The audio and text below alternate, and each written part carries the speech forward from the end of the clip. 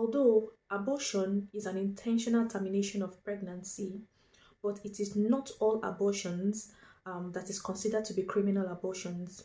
People carry out abortions because of different reasons, because of one problem or the other. So not all abortions is considered to be criminal. So in this video, I am going to be telling us about the causes of abortion, about the methods of abortion, and also I am going to be talking about the implications of carrying out a criminal abortion. So if this is what you would like to learn, if you want to know more about this topic, I would urge you to stay till the end of the video. All right. So if this is your first time of seeing my face, let me introduce myself. My name is Priska. I'm a registered nurse. I live and I practice in the UK. So my page is all about nursing.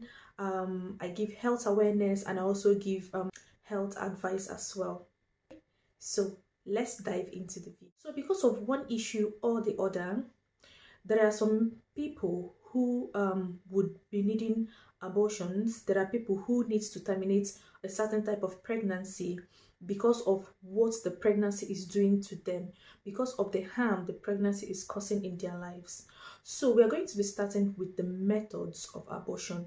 There are two methods of abortion. First method is the medication abortion. Like the name implies, in this type of abortion, the woman has to swallow a medication or insert the medication, and in turn it causes abortion. Second method is the procedural or the surgical abortion. The second method is the surgical abortion. As the name implies, in this type of abortion, the woman goes to the hospital, the woman goes to an actual hospital, and then through D&C, dilatation and curettage, the baby or the pregnancy is terminated. Okay, talked about the methods of abortion. Let us talk about the types of abortion. Number one, there is the spontaneous abortion. Just like a miscarriage, in a spontaneous abortion, it just happens suddenly, probably because of alcohol misuse, smoking while pregnant, infections. There are some infections that causes abortion.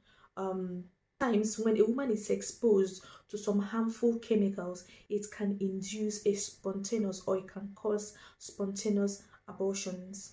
Number two, another type of abortion is the therapeutic abortion. As the name implies, therapy means treatment. So in therapeutic abortion, um, this this type of abortion occurs probably when the life of the mother is at stake. There are some women when they get pregnant, they start struggling for their lives. So the only option is just to end the pregnancy so that the woman can live, so that the woman can be healthy again. Of course, you all know. So that is what we call the therapeutic abortion. Now, the third type of abortion is the actual criminal abortion. In this type of abortion, it is illegal, and criminal abortion has its consequences, has its negative side.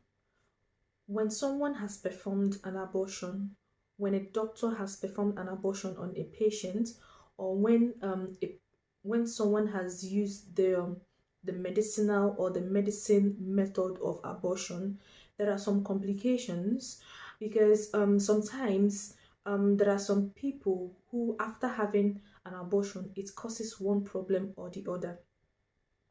So some complications that could arise after having an abortion. Number one is heavy bleeding, especially when you did a surgical type of abortion, that is the D&C. There is a heavy type of bleeding. In fact, in some cases, if care is not taken, the person might bleed to death. Yes. Okay, so there is heavy bleeding which can be uncontrolled. Number two, there is risk for infection or risk of infection, because this is a procedure that goes straight, that is happening straight inside your womb, and your womb is a very delicate organ. So if the equipment or if the tools used for this abortion is not well sterilized, it could introduce infection into your body, which can be very difficult to treat. The third complication of surgical abortion is risk of damage to your cervix or to your womb, because there are some people who meet some practitioners who are not qualified to do this, and then mistakenly they rupture something in your body, they rupture your womb, and when your womb is ruptured you cannot get pregnant again. Yes, so before you do a surgical abortion, you have to meet a practitioner, someone who is licensed to do this. On the other hand, for criminal abortion, because in criminal abortion, this is a type of pregnancy where you don't even need it. You see the pregnancy as gonna be something that is going to be a burden to you, so you would want to terminate the pregnancy by all means, even though it is illegal. Now, one major thing that could result in criminal abortion is that there is also a high risk of infection, because most criminal abortion is done through the medication route. Now, some people, once they've taken the medication, they wouldn't want to follow up by going to a scan to be sure that all the products of conception has been flushed out from the body.